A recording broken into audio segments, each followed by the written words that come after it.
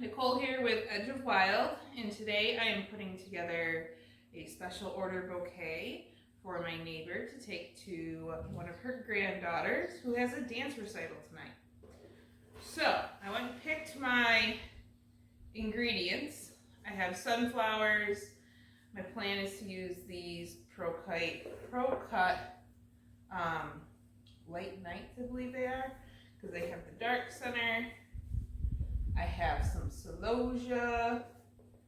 I have some of my rose pink status, a little bit of annual phlox, some feverfew, snapdragons, a couple Rebecca asters, basil, straw flower, and I just went and picked a couple zinnias, so those would be nice and fresh.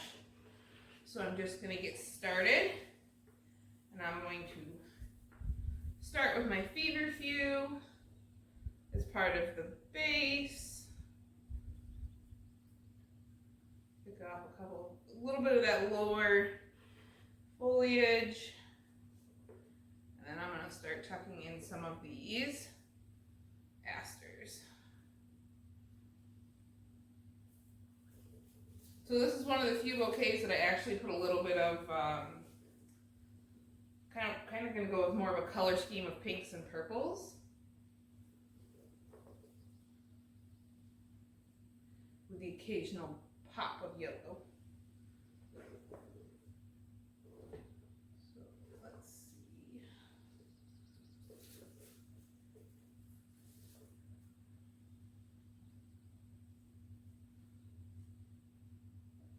Put in one of the snapdragons there. See if I can untuck this.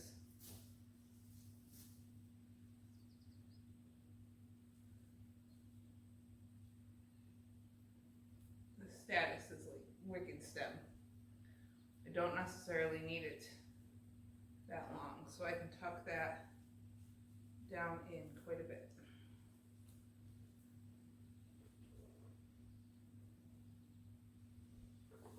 Where are some of these? The Rebecca's there. The zinnias.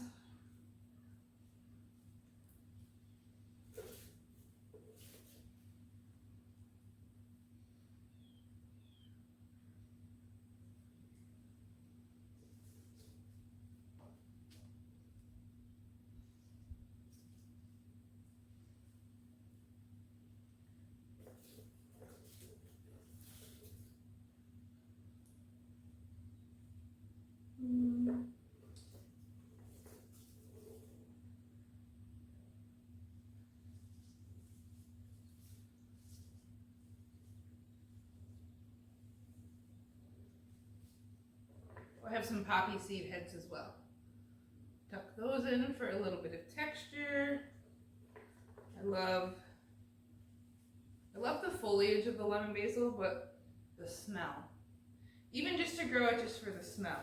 You don't need a ton of it. I've definitely found a small patch is all that I need, but I absolutely love having it. I would call it vital for me. I know some people don't necessarily love it because it can wilt, but if you wait till it flowers or is really close to flowering, I don't seem to have a wilt issue then, which is really nice. Tuck in some more of this status on this side. I will say stripping the status is probably the hardest thing about it. Really, honestly, pretty easy to grow. It takes a while to come on, but otherwise, I really, really like it. Put some basil on this side, and then flip this over to this hand and put a piece of basil over here.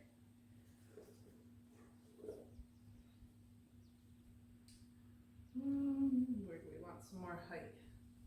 Not next to that one. Put you down for a second.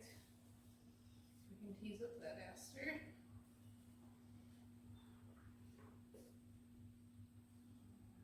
I want it like right where the sunflower is. But not on that side of it. I want it right here. There, that's where I want it. A little bit more height. Throw in this other seed head for texture.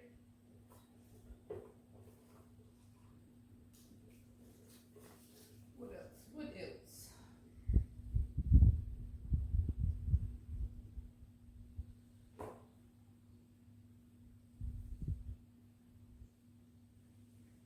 There's one celosia. There's two celosia.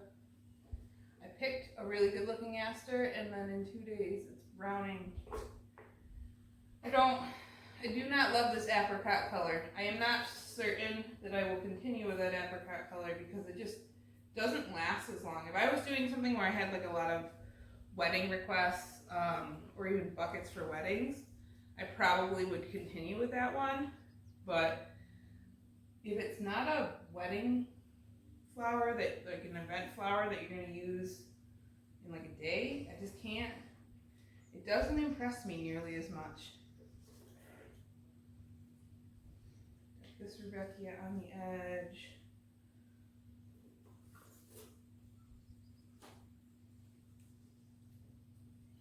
One more little sunflower on the edge. How's that look? I think that looks pretty good. I have this straw flower that I want to tuck in just because I love the texture of them. Although it looks like I can cut their stems. Let's see how good we can do this one-handed.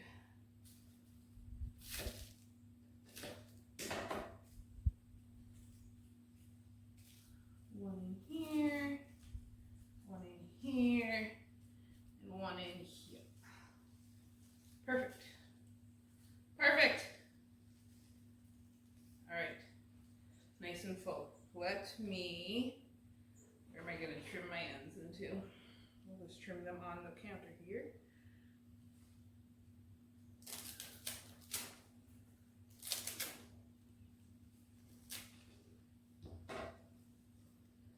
Voila.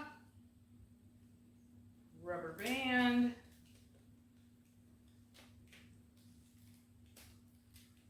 Hold everything in place.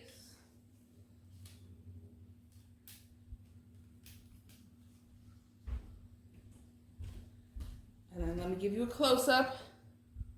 So I've got my feverfew, the status, snapdragons, the poppy seed head, sunflowers kind of tucked along the edge.